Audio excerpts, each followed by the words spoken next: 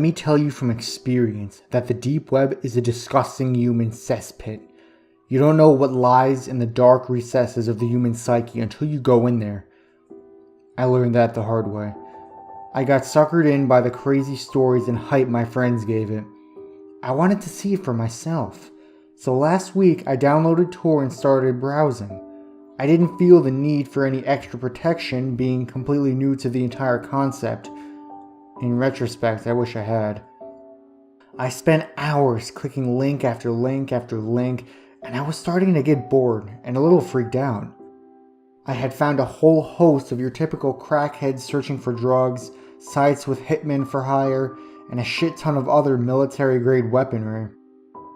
At one point, I found myself scrolling through post after post of vivid descriptions of animal abuse and how the sick fuckers who committed those atrocities get off to them every night.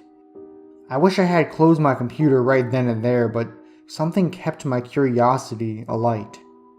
Honestly, I think some part of me just wanted to see how fucked up the human mind truly could be.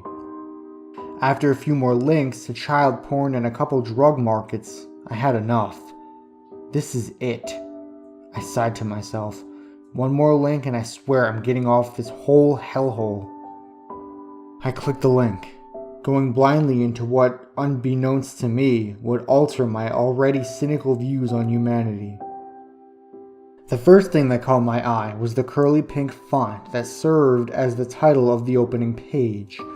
It read, "Peace and Love." I remember it all too clearly, as it seemed so out of place in that slum of human refuse, formerly known as the deep web. I scrolled down to find an image album and a simple chat box. No one was online at the moment, so I went ahead and clicked the first set of pictures. I was not ready for what I was about to see. The very first picture was that of a young pregnant woman, bawling her eyes out. She looked scrawny and thin, with cuts and bruises marring her pale skin. She looked scared and malnourished, like she was begging for her life. I clicked to the next photograph and nearly vomited. The young woman from before now sat in a chair, facing the camera, her dead, dull eyes boring into me. She was covered in blood and her abdomen had been torn open. In her cold, unfeeling arms, she held the child, still attached at the umbilical cord. Its half-formed, lifeless body was a deep crimson with blood, and one could tell it had been forcibly ripped from the womb. On the wall just behind them, written in their blood with the words, "I gave them peace," in harsh, hasty letters. I don't know what possessed me to keep scrolling through the photo. It was as if I couldn't control my own facilities. The image only got more and more grotesque as I looked further. The following images seemed to be a time-lapse of the decomposition of the body. I watched them rot, sitting there together. I watched the face of the mother, which could have once been considered beautiful, wither and collapse in on itself as a fetid mound of flesh. By the end of the series of images, they were nothing but desiccated skeletons.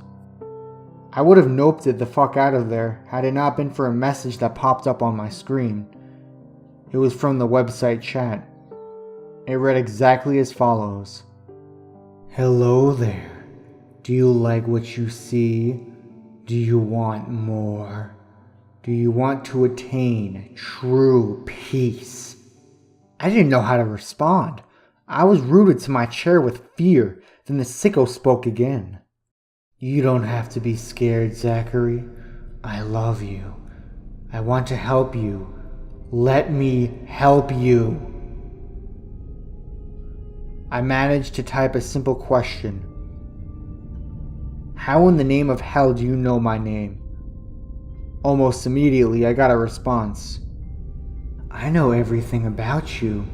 You know, you really shouldn't leave your curtains open like that. You get a draft. You see, I just want to help you.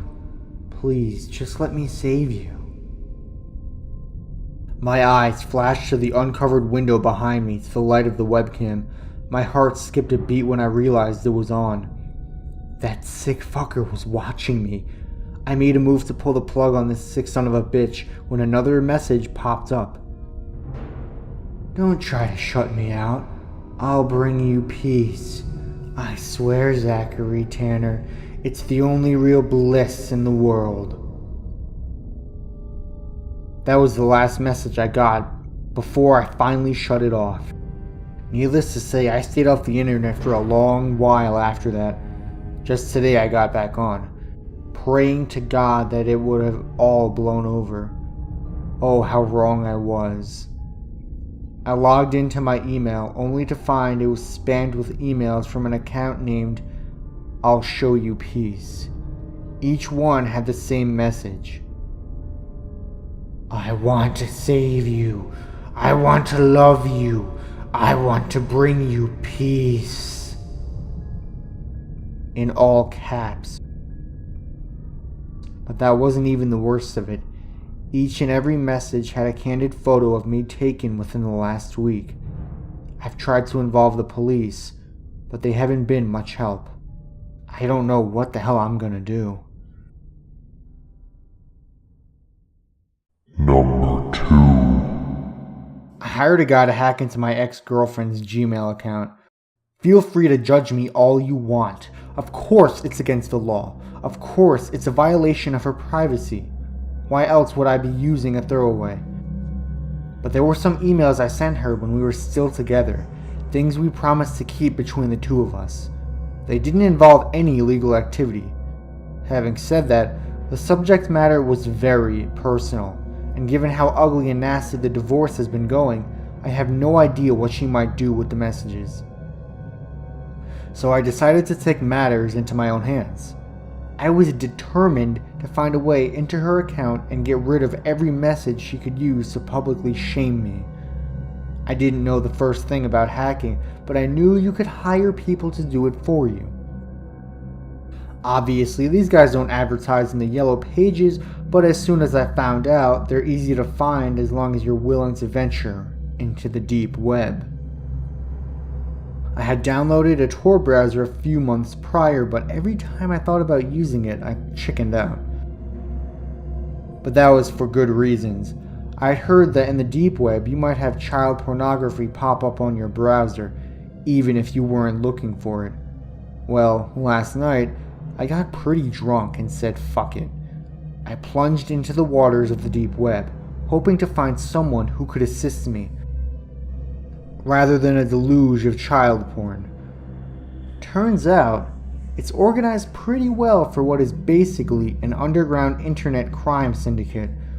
I saw links to sites where you could buy drugs, download snuff films, and even hire assassins.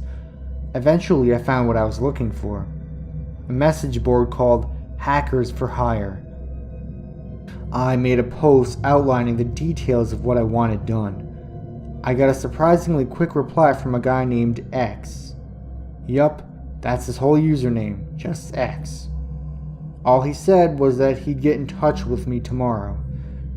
This morning, I woke up with a brutal hangover, an immediate sense of regret for what I'd done last night, and a new message in my Reddit inbox.